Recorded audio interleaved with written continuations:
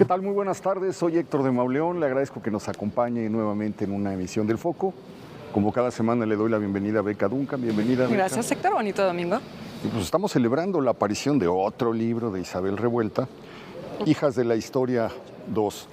Si usted disfrutó el primer volumen, pues tiene que, por necesidad, abalanzarse a conseguir el segundo, donde se completa el cuadro de ¿cómo decirlo? Pues de mujeres que marcaron, que dejaron una huella, que transformaron la historia de México de alguna manera. Es un recorrido que va desde la Reina Roja hasta Leonora Carrington, pasando por Carlota, pasando por Leona Vicario, pasando por Margarita Maza de Juárez, pasando por la mujer que nos tiene en este lugar, ya lo reconoció usted, el antiguo Palacio de la Inquisición, Luisa de Carvajal. No, Francisca de sí. Carvajal. O Núñez de Carvajal, como de pronto aparece también, ¿no? Y pues eso es, la verdad es que a medida que va uno recorriendo las vidas de estas mujeres, va apareciendo un trasfondo pues impresionante de lo que ha sido la historia de México y la manera en la que estos personajes se han insertado. Entre mis favoritas está Tecuelhuetzin. Me parece un gran rescate el que hace Isabel, porque esta mujer, hija de Xicoténcatl, el rey tlaxcalteca, el soberano tlaxcalteca, pues está presente en los sucesos más importantes de la conquista, la casan con Pedro de Alvarado y comienza a unir su destino con el de este conquistador. Pasamos por la historia y la sombra, hablamos de la Malinche, pero la sombra de muchas otras mujeres queda desdibujada, queda convertida en eso, en sombra. Entonces es uno de los aportes del libro que hace Isabel. Felicidades. Muchísimas gracias. Y bueno, pues nos quedamos de ver aquí en el Palacio de la Inquisición para hablar precisamente del drama de la familia Carvajal, los Carvajal, una historia siniestra que ha ocupado desde 1599 los libros de historia de la Inquisición en México. Vamos a acercarnos, vamos a meternos un poquito aquí por las instalaciones del viejo Palacio de la Inquisición, convertido después en escuela de medicina. Hemos hablado hace poco. Hemos venido varias veces, sí. Del suicidio de Manuel Acuña aquí en una de las celdas de este lugar en 1873, en diciembre de 1873. Pero sobre todo un lugar donde se asentó el sufrimiento durante muchos siglos. Sí, yo les quiero dar las gracias por esta invitación, Beca, Héctor, hablar de lo que los mexicanos estamos hechos, porque justo ese siglo XVI no está tan claro que no nada más eran españoles de cierto tipo, traían siglos atrás de cultura, de riqueza, y dentro de esos españoles llegaron estos judíos encriptados y esta historia de los Carvajal, Francisca Núñez de Carvajal y también sus hijas. Romper esa idea de que llegaron solos, solamente hombres, de la peor ralea, permíteme el término, y en realidad vinieron muchísimas familias a darle a nuestro México, en esos años fundacionales, cultura y riqueza. Pues nos centramos muchas veces en Luis de Carvajal, el mozo. Ajá. Es el personaje que siempre atrae cuando uno, digo que desde Alfonso Toro, desde los que han estudiado Toribio, ¿cómo se llamaba José Toribio Medina, un historiador del siglo XIX que hace un gran rescate de los archivos de la Inquisición. Creo que desde ese momento los focos se van sobre Luis de Carvajal. O el viejo. Pero sobre todo el joven. Sí, porque el viejo porque fundó Monterrey, porque era el de la lana, ¿no? Sí. Pero Luis de Carvajal, el mozo, también porque pues me parece que hoy, hablando en términos actuales, diríamos que es el más mediático, ¿no? Él adopta un seudónimo, escribe, entonces se vuelve como este personaje que pues claro que genera muchísimo interés. Porque es, sí, Joseph Plumbroso, por esa visión que tuvo. Es como un poco como un rebelde, ¿no? Y además esta historia, pues que es perfectamente novelable, ¿no? De que está encerrado en la Inquisición escribiendo en secreto en las camisas, con la tela de las camisas, un pequeño libro donde pues están sus oraciones y está expresada la fe judaica. Ajá, el primer escritor judío de América, por lo tanto. Y el primer mártir. Y ya ha pasado la historia por muchos motivos, pero ¿y su mamá?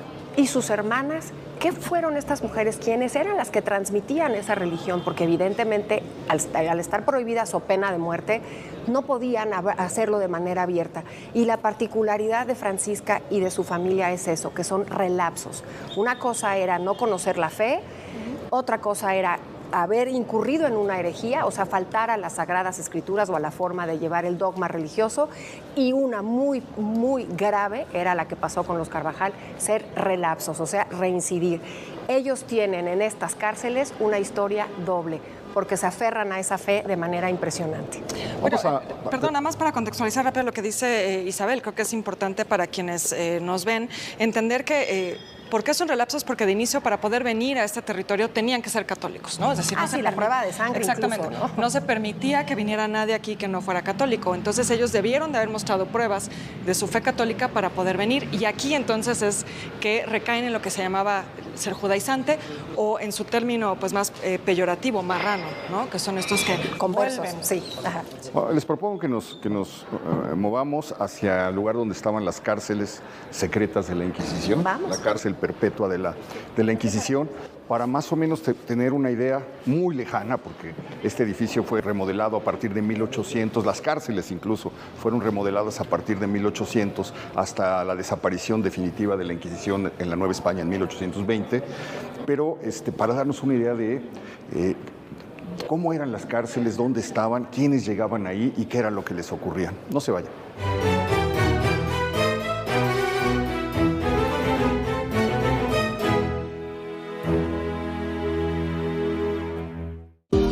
Este es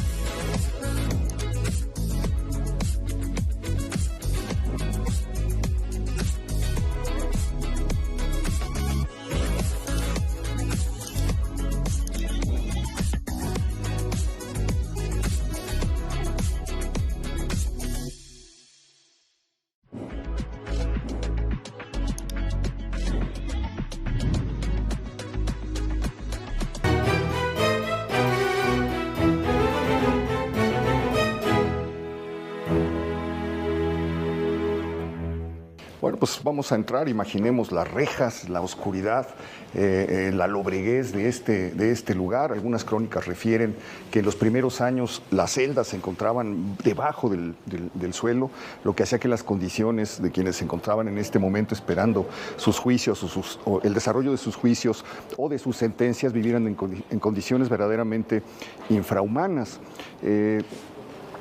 En el último tercio del siglo XVI, Pedro Moya de Contreras llega a la Nueva España a establecer el Santo Oficio y en una ceremonia que me hubiera gustado ver, no me hubiera gustado vivir en ese momento. Observarla. Pero observarla se me hace algo estrujante.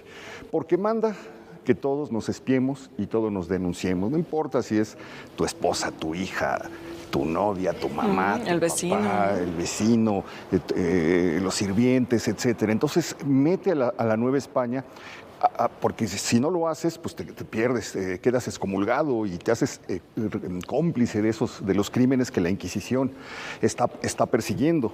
Entonces se crea un clima terrible de persecución, de espionaje, de sospecha, donde inevitablemente, en medio de envidias, de odios, de rencillas, de rencores, cotilleos incluso. La gente empieza a señalar a quienes le caen mal o con quien ha tenido problemas y entonces se desata un periodo espantoso para la vida de México. Y en el foco de la persecución por parte del Santo Oficio se encuentran pues los marranos, como le llaman, a quienes habían...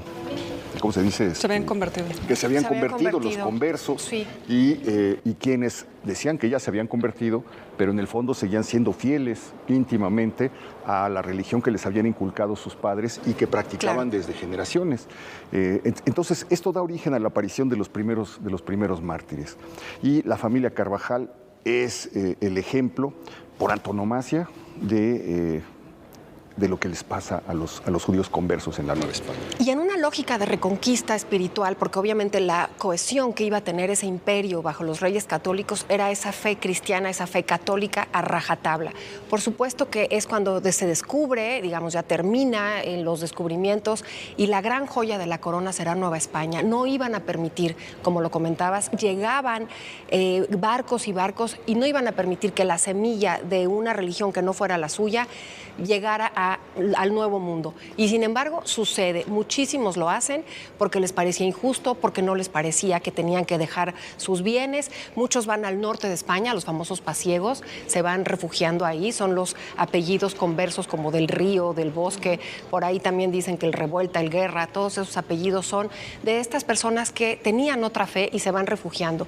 Nueva España era un refugio natural y la familia de Carvajal, invitada por Luis de Carvajal, que además era un comerciante, ya tenía un gran nivel ante la corona, le invitan a poblar un gran territorio que hoy conocemos como los estados de Nuevo León, era el nuevo Reino de León, y Tamaulipas. Invita a su hermana, que justamente estaba casada también con un judío converso de apellido Matos, y tenían 9 hijos. Esos 9 hijos, Francisca, viajarán en el mismo barco en el que cruzan ese inmenso océano. Tampico, ¿no?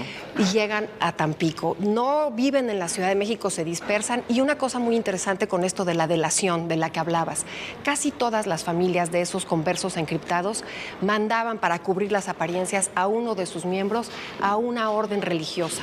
Estuvo aquí enfrente. Estuvo en Santo Domingo, justamente la orden de los canes de Dios, de los que ponen la Inquisición, uno de los hijos, Gaspar, uno de los hijos de Francisca Núñez de Carvajal, antes del tormento que vivieron justamente en este patio. Sí. Y esto que dices también de las migraciones, creo que hace a los Carvajal muy emblemáticos de esto, porque hay que recordar que antes de llegar a la Nueva España también pasan por Portugal, ¿no? Y eso suele ser, digamos, la ruta de muchos de estos judíos conversos que terminan en la Nueva España y que, bueno, tienen también este desenlace fatal, ¿no? Buscando refugio primero en Portugal, después Portugal pone lo mismo. Exacto, sí, exactamente. Uno de ellos fue esclavista, ¿no? Traficó esclavos. Sí. Fíjate, sí, es que ve nada más ese mundo. Unos trafican esclavos y en cuanto llegan acá les caen los otros por otras razones y los traen a este lugar. Héctor Juan Garrido, que hablamos de él recientemente, él también traficó esclavos y era un esclavo libre, ¿no? Entonces eran dinámicas muy propias de su tiempo, ¿no? Fíjate que ahorita que pasamos por aquí vi un grabado, vamos a regresar, sobre que nos puede ilustrar un poco sobre esto que estamos hablando, porque a Francisca la delata alguien a quien quiso convertir y arrepentido va con el chisme. La hija, justo cuando van a viajar a Nueva España, es una historia intrincada de familiares y de delación y demás. Luis de Carvajal el Viejo estaba casado a su vez con una conversa. Cuando vienen al Nuevo Mundo le hace prometer a la sobrina, a una de las hijas grandes de Francisca, debes de decirle a tu tío que regrese a la fe de Adonai, que no puede morir en pecado, y más ahora que va a ese viaje. Y entonces esto hace un impacto muy fuerte en esta joven, que claro, ya cuando llegan aquí es la que será más adepta, digamos, más fervorosa en esa fe, y es por ella que hacen la primera denuncia, porque no tomaba cuidado de hacer estos rezos los sábados encriptada, clandestinamente, y la descubren unos de los empleados y además trató de convertir a otro. Es ahí en donde es la primera... Empiezan a jalar. Exacto. El hilo, y en ese hilo va cayendo toda la familia muy numerosa. Me quería detener en esto porque es precisamente en donde estaban el mecanismo para llegar a la verdad, según la Inquisición, era precisamente la tortura, la tortura del cordel, la tortura del potro, la tortura del jarro de agua. Y en el juicio de los Carvajal aparecen todas reseñadas con algo escalofriante. Este proceso creo que lo rescatan Rivapalacio y Paino en el Libro Rojo. ¿Sí? Se sacan un fragmento y es escalofriante porque el secretario de la Inquisición se puso a tomar nota de los quejidos de la mujer y de lo que le decía al quien la estaba interrogando, ¿no? Vas a confesar, ya, que no puedo, que no sé nada. Otra vuelta, le pone otra vuelta y otra vez pone los... Entonces, cuando uno está leyendo ese documento, tiene un poder tremendo porque te absorbe, te mete en ese momento, ¿no? Es muy cinematográfico casi. Sí, increíble. Se dedican al comercio, llegan al pánuco, viven algunos años en el pánuco. Es tremendo porque imagínate estar todo el tiempo luchando contra esas tribus chichimecas que le llamaban, eran de todas, en ese gran norte. Y cuando finalmente pueden llegar a la Ciudad de México por gestión de los hijos y de los yernos, las hijas grandes ya estaban casadas también, con comerciantes de la nao de China. Entonces tenían una posibilidad económica, pero de verdad se aferraron a esa fe porque era de lo que venían, de lo que provenían.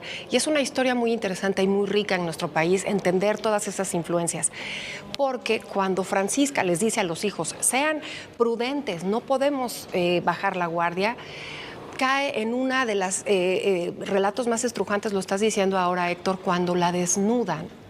Imagínate la humillación que a una madre de familia en ese momento, enfrente de un tribunal, porque todos eran, digamos, juicios de fe, no tenía nada que ver con lo civil, pero que la hayan desnudado y la hayan torturado, es impresionante. Lo resisten y vuelven a caer y vuelven a reincidir. Joseph Lumbroso irá en castigo a una institución, imagínate nada más al Colegio de los Naturales de Tlatelolco, y los frailes se dan cuenta... Luis el Mozo, que Joseph Lumbroso se dan cuenta los frailes que escribía maravillosamente y empieza otra vez a recuperar el modo de adorar a Dios, a Adonai, y lo traía, como bien dicen, en el sombrero. ¿Qué hacían mientras Francisca y sus hijas? Hacer familia. La podíamos ver en la plaza, hacer vida normal, se dedicaban al comercio algunas de las hijas, en fin, lo que hacían las mujeres, pero no iban a imaginar nunca que no iban a alcanzar. Los dos hijos menores ya se querían ir a Italia buscando esa libertad religiosa, pero la historia les tenía de parada una tortura más. Bueno, esto que comentan de la vida comercial que llevaban los Carvajal, también para algunos historiadores que han estudiado su historia, su vida, lo señalan como una de las posibles causas, ¿no? Es decir, que estamos hablando de una familia que amasó una enorme fortuna, que tenían un dominio de un territorio importante, como bien decías, ¿no? Del norte del país, que bueno, en ese momento era pues una zona que quizá no se había explotado tanto, pero es decir, combinaban estos dos temas de poder y dinero, y eso se vuelve peligroso, ¿no? En el caso del tío, claro, porque el tío rompe con su sobrino, porque él ya estaba convencido, además de que le iba muy bien, como estás diciendo, perfecto, económicamente, no iba a permitir que pusieran en riesgo esos intereses llevando la fe. Porque el sobrino iba a ser el heredero del pero viejo, claro, ¿no? Rompen con él y es cuando ya están solos, sin la influencia, pero claro, lo que hicieron los sobrinos y la hermana le toca a Luis de Carvajal el Viejo, y también morirá enfermo aquí, en la cárcel de la Perpetua. También en un juicio. Ahora, pues no podemos imaginarnos cómo serían estas celdas. A mí me ha impresionado leer cómo pues en lo que estaban esperando si confesaban o no confesaban, se bajaba de noche un inquisidor y se ponía unos trapos para que no le oyeran las pisadas y se quedaba escuchando a un lado de la celda para tratar de tomar nota de las conversaciones que pudieran ocurrir. A veces metían a una persona que se hacía pasar por un sentenciado, por una persona que estaba siendo juzgada, simplemente por el hecho, con el fin de que pudiera sacarle información y llevársela a los inquisidores. Muchos personajes pasaron por este lugar. Algunos encontraron manera de comunicarse con golpes, con una especie de código en el que se mandaban mensajes o se escribían cosas y lograban que algunos de sus carceleros, mediante sobornos, las llevaran a otra celda. Es una manera en la que se estuvieron comunicando también ellos. Y llega el momento terrible en el que son citados para el auto de fe. Es uno de los autos de fe más numerosos, me parece que es 1596. Sí, y es el segundo más numeroso en la historia. Era de 1640 y tantos. 41, 1641 sí. Y 1596 son los dos más grandes. Pero hay que imaginar el momento en el que los tenían que sacar montados en unas mulas. Con el San Benito. Pero primero con la ropa rasgada, en medio de los escupitajos de la gente que les aventaba cosas de aquí hacia la Plaza Mayor o hacia el lugar donde se fuera a llevar a cabo el auto de fe, seguido por las órdenes religiosas. Por el Senado, ¿no? El tablado era donde luego estuvo el volador, por ahí por la plaza de... por la Suprema Corte, sí, estoy haciendo goles. Pero hubo otros que se llevaron a cabo frente al ayuntamiento, donde hoy es los portales del ayuntamiento. Entonces imaginemos el curso, los cánticos y los rezos de los que van ahí, un hombre con una cruz, estos montados en las mulas en medio de los vituperios de la gente, y son llevados al Zócalo, pero en realidad el lugar, para que se lleve a cabo el juicio público, el auto de fe, pero en realidad el sitio donde van a ser ejecutados es donde estuvo el restaurante de comida española, ¿cómo se llamaba? Que está junto a San Diego. En la Alameda, exactamente. Sí, claro, el hórreo. Claro. El quemadero de la Inquisición. Pues ahí donde estaba el hórreo estaba el quemadero de la Inquisición. ¿Por qué nos platicas un poco de eso y del final de Francisca? Ellos logran en ese primer juicio en el que estuvieron aquí recluidos y torturados, logran salvar la vida y son castigados, pero de manera de efigie en la catedral estarán sus figuras con todos esos vituperios y con todos esos crímenes a la fe que habían hecho en figura en la catedral. Eso es algo que mermaba mucho en el ánimo, evidentemente, de Francisca, y además le helaba los huesos seguramente pensar que eso podía continuar. Sus hijos continúan con la fe y cuando son nuevamente capturados, antes de poder escapar a Italia, es en donde su destino será el peor, porque no era lo mismo, les decía yo al principio, caer como relapso a tener un primer juicio. Entonces, lo que sucede con los Carvajal es que la Inquisición no va a mover ni un milímetro y va a echar a volar toda esa parafernalia y todo ese castigo y ese escrutinio público para castigo de los demás. Entonces, llegan en esta procesión con toda pues ya la condena de que van a ser relajados, ese es el término, serán relajados en cuerpo y no nada más en los que están vivos, sino en los que estaban en ausencia. Porque lo que buscaba este tribunal impresentable era justamente expiar y limpiar esas afrentas a esa religión católica de la Inquisición. Entonces, aguantará muy bien el tormento Francisca Núñez de Carvajal. Joseph, por su lado, cuando estaban esperando a ser llevados al juicio, mandaba unos mensajes a su madre cuando le escuchaba llorar y cuando le escuchaba sufrir por el tormento en unas cáscaras de aguacate o en cáscaras de plátano. Todo eso estaba en esos 100 metros lineales del archivo Rivapalacio, como se le conoce al expediente de los Carvajal en el Archivo Nacional General de la Nación.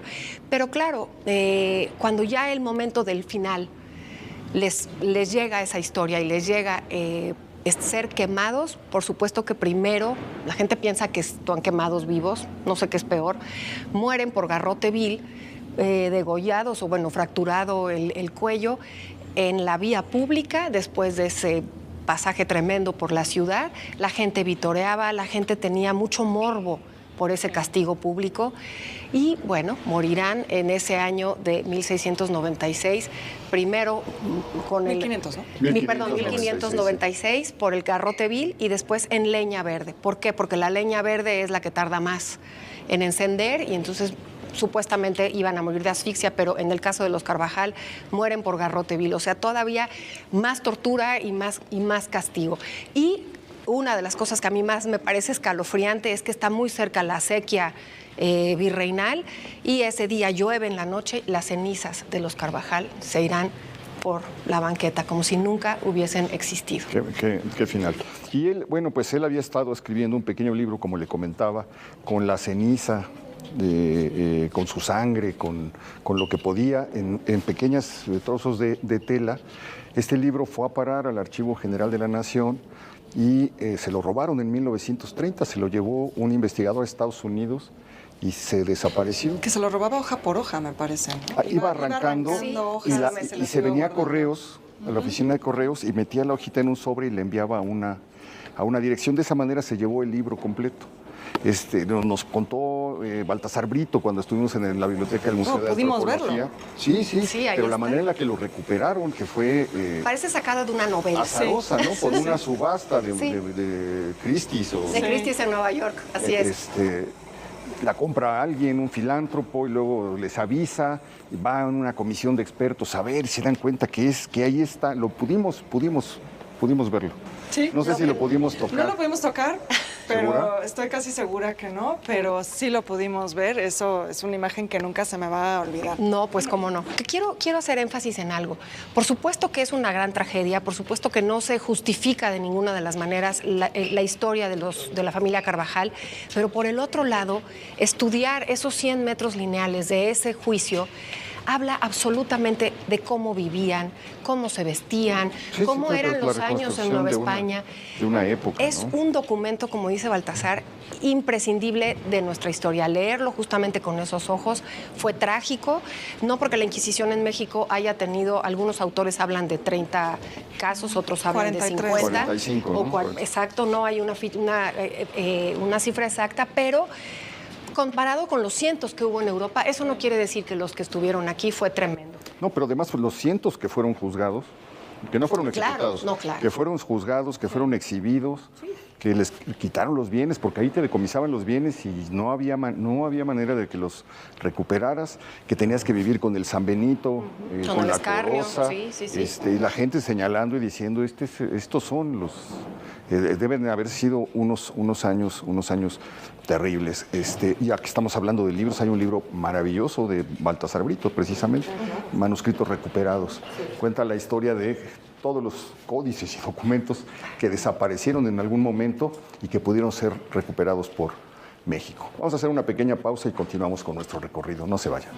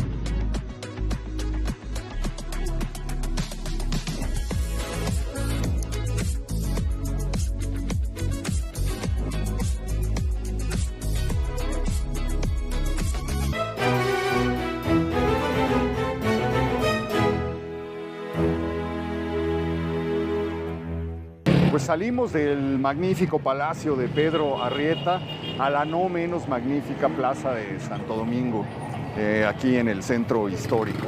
Y nos vamos a dirigir hacia el sitio donde murió y vivió en sus últimos años otro de los personajes del libro Hijas de la Historia, el segundo volumen de la serie, de Isabel Revuelta, que amablemente nos está acompañando. Al contrario, gracias. Y pues diría yo que es uno de los personajes, Isabel, más fascinantes de la historia de México.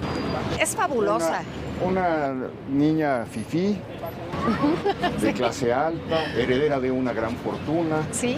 Cultivadísima, lectora incansable de los libros de los enciclopedistas, de la Ilustración, lectora en varios idiomas, facilidad para escribir, huérfana muy joven. Pero bajo el cuidado del tío. Bajo el cuidado del tío. Bajo el cuidado del tío, que es un personaje que a mí me simpatiza muchísimo. ¿Te simpatiza Pomposo? Me simpatiza muchísimo. A mí se me hace claro. Agustín Pomposo Fernández de San Salvador, que es uno de los poetas olvidados de principios del siglo XIX que cultivaba el arte neoclásico. Creía en la Arcadia y la academia y era monarquista. Y no sé, pues imagínense un Pedro Martín de Olañeta, pero 50 años antes, ¿no? Claro. Entonces le toca, como dicen, pues es un hombre muy responsable, muy probo, honesto, muy severo, muy religioso, etcétera. Pues en qué mejores manos puede quedar Luisa. Y la depositan en la casa. Leona. Perdón. Leona, sí. Leona. A ti te está buscando mucho Luisa Xicoténcatl. Sí, fíjate. Bueno, claro. Bueno, ya hablaremos de ella. Sí. Queda Leona en sus manos y no sabe en la que se mete el pobre hombre y el pobre señor, porque le cuesta incluso la muerte de un hijo. Totalmente. En realidad, fíjate que son esta época entre tiempos, digamos que ya eres una generación autonomista, arraigados después de esos 300 años que ya había pasado el virreinato. La monarquía estaba en estertores, o por lo menos esa monarquía sin representatividad. Ya no estaban dispuestos los mexicanos, los novohispanos, a carecer de representatividad política. Y lo que buscarán, justamente desde la primera revuelta con Primo de Verdad en 1808, era justamente mayor libertad y que sus necesidades fueran escuchadas en España. Es aquí. Es aquí. Estaba yo buscando una vieja placa que decía que aquí había muerto Leona Vicario, pero no sé si es parte o está en la esquina, o es parte de las placas que se han estado perdiendo. Que se han estado perdiendo. Y está en la esquina. Ciudad, no se han estado perdiendo, se las han estado robando. Y entonces lo que sucede con estos, el primer novio de Leona efectivamente queda huérfana a los 19 años ya de padre y de madre, y entonces tiene un gran caudal. Y había tenido a un novio mientras su mamá vivía y estaban de acuerdo en casarse con él, que muere igual. Míralo, aquí está. Aquí está. En esta casa habitó y falleció el 21 de agosto de 1842 la ilustre heroína de la independencia, doña Leona Vicario. Alianza de Mujeres de México, mira qué interesante agosto eso, del 69. Sí. Ahora es una casa museo, se puede visitar en horario de museo. Es una casa bastante moderada comparada con lo que uno se esperaría de un personaje así, porque se le retribuye después de todo lo que vivió, los periplos de la independencia, se le retribuye ya en el México independiente. Pero Vamos claro, a verla de frente. vamos, Cuando no puede tener al novio que quiere, que además eso se lo va a espetar en la cara a Lucas Alamán, que lo que ella tenía era solamente amor romancesco y lo que hizo fue justamente por estar enamorada de un joven que trabajaba en la notaría del tío. Don Lucas Alamán le estaba restando méritos. En vida. Decía, usted no se fue por patriotismo, usted se fue siguiendo a un hombre. Sí. Públicamente hay intercambio de cartas en la prensa. Lucas Alamán, esa inteligencia de verdad. Sí. Tan deslumbrante es que lo inteligente no quita lo macho. No, pero pues es que no, que se pudiera contar, bueno, pero al final de cuentas hizo cosas muy malas. Él llevó el juicio para desalojar de su casa a la última virreina, porque no pagaba la renta. Entonces, bueno. Sí. Un personaje que no supo medir, lo mismo que Agustín Pomposo, no supieron medir de lo que ya estaba hecha Leona, que es estos mexicanos, igual que Laura Rodríguez, que Josefa Ortiz, que Mariana Rodríguez del Toro, todas estas mujeres que estaban buscando lo mexicano, lo propio, y primero con un movimiento autonomista que después desencadenará en la independencia. Pero lo que hace Leona, que la hace todavía más, como ella dice, fiera, con ese nombre que tenía, es que se juega el pellejo siendo correo clandestina entre esos hombres que ya querían, hombres y mujeres que querían una mayor representación y que estaban en contra de la corona después de lo que había pasado con Primo Verdad. Lo que sucede es que el tío le dice, no hay manera, porque además una mujer, tú imagínate la que a los 19 años ya cuando heredas, lo primero que haces es, sí voy a vivir contigo, tío, pero en mi propia casa y en mi propio apartamento. Y se manda a hacer. Ellos vivían en la calle de Uruguay, ahí en el Palacio de Don Juan Manuel, ¿no? Así por ahí. Así que es. eso era rarísimo en una mujer. Era muy raro, pero hablaba también de esta determinación que tenía Leona y claro, desde muy joven se junta con estos autonomistas que tenían estas tertulias políticas, los Guadalupes. Y ahí empezará a jugarse el pellejo por la independencia y conoce a Andrés Quintana Roo en el despacho del tío y el tío no le gusta nada porque el hijo, o sea, el primo de Leona y Andrés Quintana Roo eran rebeldes para los ojos de este hombre. Claro, muere en estos movimientos de independencia porque los dos huirán con las tropas de López Rayón, del insurgente, y es ahí en donde los encontrará Leona. Y se escapa de una forma novelesca. Obviamente la denuncian, le incautan todos sus bienes y sale de la Ciudad de México disfrazada como si fueran arrieros, pintada de negra. Como carbonera, ¿no? Sí, para alcanzar a Andrés Quintana Roo en los campamentos de López Rayón. Ya estaba Morelos también. Ahí está otra, bueno, entiendo que murió en agosto de 1842 en la parte superior de esta casa, por ahí está, no alcanzo a ver bien la placa. Yo no traigo mis lentes, tampoco le alcanzo a leer bien, pero dice la mujer de México, Leona ¿no? Vicario. La mujer de México, Leona Vicario, el reconocimiento de sus servicios dice. a la patria. Pero bueno, fallece en una de las habitaciones superiores. Es interesante también recordar que Antonio López de Santana, cuando no era Antonio López de Santana y Leona Vicario vivía arriba, llega a rentar aquí en el piso de abajo y vive en el piso de abajo durante mucho tiempo. Entonces está una figura que domina el arranque del México independiente y está el otro que todavía no ha llegado a hacerlo. Es ya una persona de importancia, pero todavía le faltan unos años para que acabe de destrozar el México independiente. Que Leona construyó. Hacer de las suyas. Le restituyen a Leona y a Andrés, obviamente el México independiente, ya una vez que gana, digamos, el movimiento independentista después de 1821, le restituyen y además de darle ese capital, que ya no había mucho ni muchísimo menos, ellos vivieron muchos años en Toluca porque tienen que rendirse justamente en este salto de mata donde nacen las hijas, pero ya en momentos de tranquilidad y de paz les dan esta casa que está muy bien ubicada, es realmente una compensación buena por lo que perdió. Exactamente, y 2 haciendas, una en Apan, las dos están en el estado de Hidalgo, pero lo que ella no va a sobreponerse nunca fue a esa persecución y a esa falta, digamos, de entendimiento de que esto ya era algo diferente. Nos costó 11 años y luego hasta 1836, cuando España dice finalmente, yo doy, después de los tratados de Córdoba, cuando doy una vez por terminado el asunto, pero mujeres metidas en el movimiento de independencia con una claridad absoluta. Y una mujer muy culta, una mujer que era muy fina, no se puede decir que fuera, de tener grandes tertulias y demás. No, lo que a ella le gustaba era leer, vivir sola, cuando estaba viviendo con el tío, pero tiene en Andrés ese espejo de que los dos querían construir un México nuevo.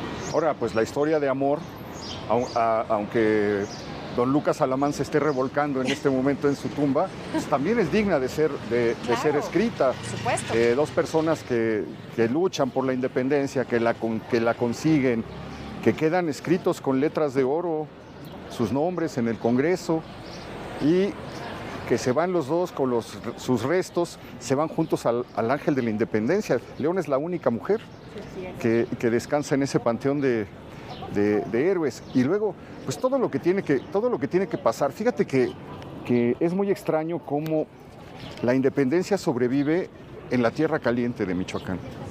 O sea, Michoacán ha sido ingobernable desde que los mexicas no pudieron conquistarlo, hasta que los imperialistas no pudieron aplastar la independencia. ¿Y dónde se fueron a refugiar? Se fueron a refugiar a los lugares donde hoy están los de la familia michoacana. Vivieron en Tanuato, vivieron ahorita me acuerdo. Son dos de los lugares que han sido señalados como el centro de operaciones de los de la familia michoacana. Tlalpujagua es uno. No, Tlalpujagua. Pero esto está en el Estado de México.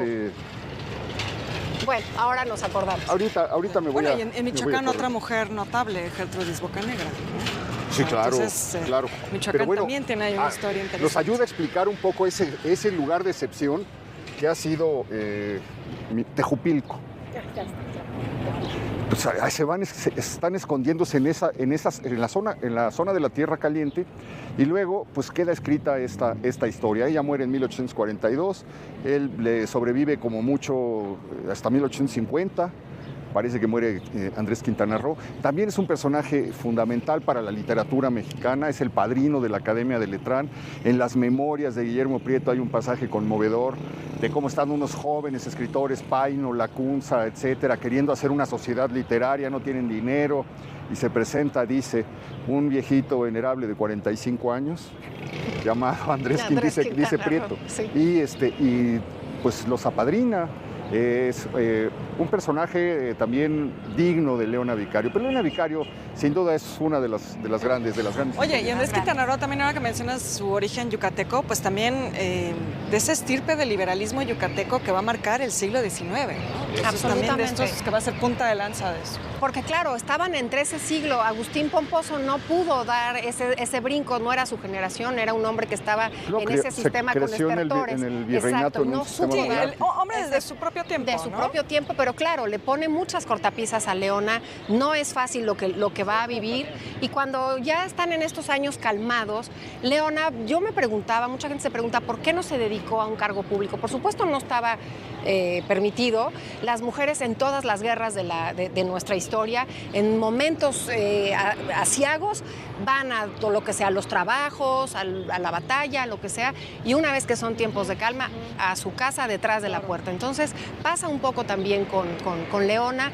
Sí, de pronto escribe, de pronto tiene alguna participación, mucho más activo Andrés Quintana Roo, pero claro, sí quedará, y yo lo pongo en el libro y les agradezco la oportunidad por hablar de ello, que para Leona Vicario la patria sí fue primero, usando un poco esta frase que le dijo Guillermo Prieto a su padre, Vicente Guerrero a su padre. Oye, claro. Estamos frente al Templo de Santo Domingo, que es la cuarta vez que venimos en este año. Como en un mes, yo creo. Pero sí, por distintas razones. Hablamos de cómo Santiago Vidaurri fue fusilado aquí, hablamos de muchísimas cosas. Pero uno de los hombres que llegaron con Cortés, el brazo derecho de Cortés, uno de los capitanes más arrojados de la conquista, Pedro de Alvarado, estuvo sepultado, estuvieron custodiados sus restos en este lugar, porque él muere en Nueva Galicia, en lo que hoy es Jalisco, en una batalla, se le desbarranca el caballo. Me gusta cómo lo dice Artemio, que le dicen que qué le duele. Y dice, pues me duele el alma, llévenme a donde la curen. Y pues sobrevive unos días, pero muere, dejando tras de sí una estela de violencia, de crueldad, de sangre, la matanza del Templo Mayor, el robo de las arcas del cacao, una voracidad increíble. Dicen, por ahí es Bernal, no, es Herrera el que cuenta, que jugaba con Moctezuma todos los días, que lo que hacía en el día era tirar dinero, oro, y en la noche en el tapete sobre las cartas volverlo a ganar, y si le ganaban los mataba o se los robaba. Y entonces que jugaba con Moctezuma una cosa que se llamaba el bodoque, no entiendo cómo sería el juego, y eso me conmueve mucho de Moctezuma, porque Moctezuma el juego se trataba de que si Pedro de Alvarado perdía, Moctezuma pagaba, y si Pedro de Alvarado ganaba, Moctezuma pagaba. Y que entonces Moctezuma se reía, le daba mucha risa porque tenía ocasión de dar. Entonces se dejaba estafar por este tipo, que es uno de los personajes que escribió la leyenda negra de la conquista. Y está completamente enlazado, ahorita que estás hablando de estas hijas de la historia. Claro, Tecuelhuetzin será la mujer con la que hará la alianza para pacificar a Tlaxcala, estos 4 señoríos, ya hablaremos de Tecuelhuetzin, pero cuando muere Pedro de Alvarado, ella ya había estado, se queda en Santiago de los Caballeros, hoy Antigua Guatemala, la ciudad, la segunda ciudad, y la hija de ellos dos será una de las mujeres más importantes en Antigua. Sí, Leonor. Y acabo de estar en Antigua Guatemala y están enterrados Leonor, Tecuelhuetzin, Bernal. Bernal Díaz del Castillo, en estas ruinas de Antigua Guatemala. Pero cómo están entrelazados. Y también me quedé pensando en otro personaje del cual estábamos hablando en este terrible caso de los Carvajal. El único que sobrevive a todo, son 3. El fraile, que se queda aquí, castigado 2 años, ese fue el castigo, que estuviera enclaustrado 2 años, no podía salir, Gaspar, y huyen 2 a Italia. David, y se me olvidó el nombre del otro, de Luis. ¿Miguel? No, Miguel, claro, Miguel y David, y ellos toman ese nombre de Joseph Lombroso, de su hermano, y todavía al día de hoy existen lombrosos en el mundo que son descendientes de Francisca Núñez, pero fue justo en este convento. Mira, yo decía lo de Alvarado porque precisamente a su paso por el señorío de Tlaxcala, pues ya les había pasado que en Tabasco les habían dado a unas muchachas, entre ellas la Malinche, unas doncellas. A su paso por Tlaxcala encuentran a los grandes enemigos de los mexicas, que han cultivado un odio de generaciones contra lo que los mexicas les han hecho. Un ejército inmenso el mexica, uno mucho menos poderoso el tlaxcalteca, y sin embargo no caía Tlaxcala. La indómita Tlaxcala, pero además está la razón política, que es ¿para qué los hago caer? Entonces, ¿quién me paga tributos? ¿Y de dónde saco gente que sacrificar en el templo mayor? Mejor no les gano la guerra, sino que los estoy acosando y estoy ahí, los uso como una mina humana para traer sacrificios. Es perverso, pero es la relación política. Sumamente perversa. Tlaxcala había, porque tienen el mismo origen mexica, son náhuatl también llegan del norte y se establecen en ese lugar.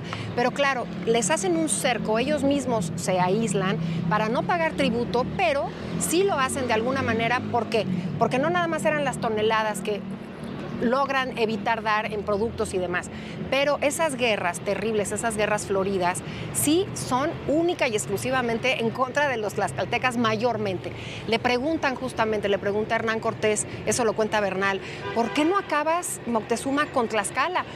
¿No? Porque entonces, ¿dónde van a poder ejercitarse mis guerreros águila y mis guerreros jaguar si no es con ellos? Eran guerras rituales, ¿no? O sea, también eso es muy importante. Y también para mandar a los chavos, porque dice, van a estar de ociosos, en cambio tienen una guerra donde... Pero para los tlaxcaltecas no es cosa menor.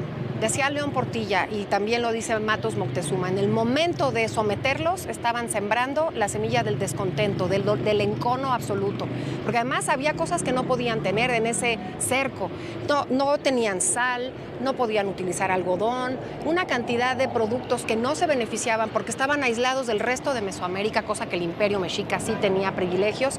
Y por eso es que los textiles de Tlaxcala son como son más rudimentarios, son más hirsutas las telas, no podían utilizar algodón.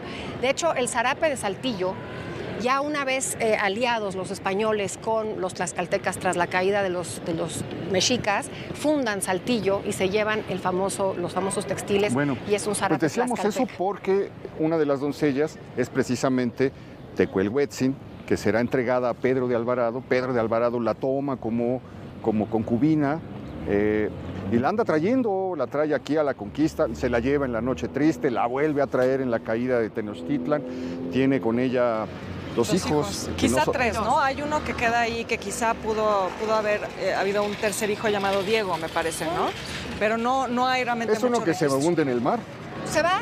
Se pierde, desaparece. Leonor. ¿No? Pero claro, esta es una mujer, más allá de que la concubina sí es, digamos, vamos a ponerlo en términos, es mientras no se casó con 2 españolas, que lo hace después en Guatemala, era su mujer. Y cuando iban caminando justamente hacia lo que es Guatemala, ella va a dar a luz y en una digamos, en una muestra, no le vamos a poner si es de amor, pero sí de estrategia, porque lo que sucedía era una nueva alianza. Ella era una princesa. Para estos hombres que venían de un mundo de corte y de alcurnia, para ellos era importante tanto Tecuichpo como Tecuelhuetzin y las otras mujeres tlaxcaltecas. Cortés promete que las van a tratar bien. Exactamente. Sí, entonces, se les reconoce ese linaje, y entonces esa nobleza, y para la expedición, para que nazca uno de los hijos, Pedro, y después nacerá Leonor, que es el nombre de la madre justamente de Pedro de Alvarado. Lo mismo que hizo Cortés de ponerle el nombre de su madre a sus hijos mexicanos, mexicas, ya la nueva raza, digamos, de lo que somos los mexicanos, la nueva estirpe, en esos momentos aciagos. Tremendo, porque también llegará a Guatemala y se casará con dos hermanas de la cueva, que tienen unos finales terribles. Es que es el destino igual de Marina, de Malitzin. Es decir, juegan un papel central en los hechos de la conquista, pero consumada la conquista, desaparecen o las hacen a un lado o son sustituidas, son reemplazadas. Aunque no duran mucho esos matrimonios de Pedro de Alvarado, ¿no? O sea, eventualmente regresa con ella, ¿no? Como que va y viene. Exactamente, nunca deja de estar con ella, digámoslo así. Además, la adoración de Pedro iba a ser Leonor, era como, digamos, su orgullo, porque además es una mujer que la educa en la religión católica, pero la educa también con ese linaje de señora tlaxcalteca. Entonces, es muy interesante cómo estas mujeres son vistas en Guatemala. Ahora, doña Marina sí tuvo la suerte de que se casa con Juan Jaramillo y vive justamente acá algunos momentos de su vida y muere antes de los 30 años. Y lo mismo le va a pasar a Tecuelhuetzin. Cuando Pedro de Alvarado no era un buen administrador, era un conquistador sediento de guerra, de destrucción. Entonces, para él no se le da quedarse en Santiago de los Caballeros. Y entonces se va a la Guerra del Mixtón y es ahí donde finalmente, como dice poéticamente Valle Arizpe, cae del caballo. Sí, llevadme a donde la curen. No, fíjate que, bueno, en el Archivo General de la Nación, en 1847, mientras estaban entrando los gringos a tomar la Ciudad de México, había unas personas que todavía estaban estudiando los archivos de la Inquisición. Entonces, en una caja que decía documentos inservibles, se encuentran el juicio de residencia de Pedro de Alvarado y José Fernando Ramírez. Deberías hacer un libro que se llamara Hijos de la Historia y que metieras también a José Fernando Ramírez y a estos personajes. La verdad, sí. Hace la paleografía y hace el prólogo de un libro que se edita en noviembre de 1847, es decir, 2 meses después de la entrada de los gringos y de la pérdida de la guerra. Están haciendo una actividad de rescate de la memoria estos estudiosos. Vale muchísimo la pena, pero bueno, pues ya nos están haciendo señas de que se acabó el recorrido. Ya se nos acabó el tiempo. ¿Qué te parece, Isabel, si seguimos caminando, buscando las huellas de las hijas de la historia? Me encanta. En un siguiente programa. Me encanta. Muchísimas gracias. Todavía a los hay mucho que platicar y mucho que sacar de la investigación que ha hecho Isabel Revuelta para este libro. Muchas gracias. Gracias, querido. Gracias. Gracias, Beca. Gracias. Mil gracias, sígasela pasando bien.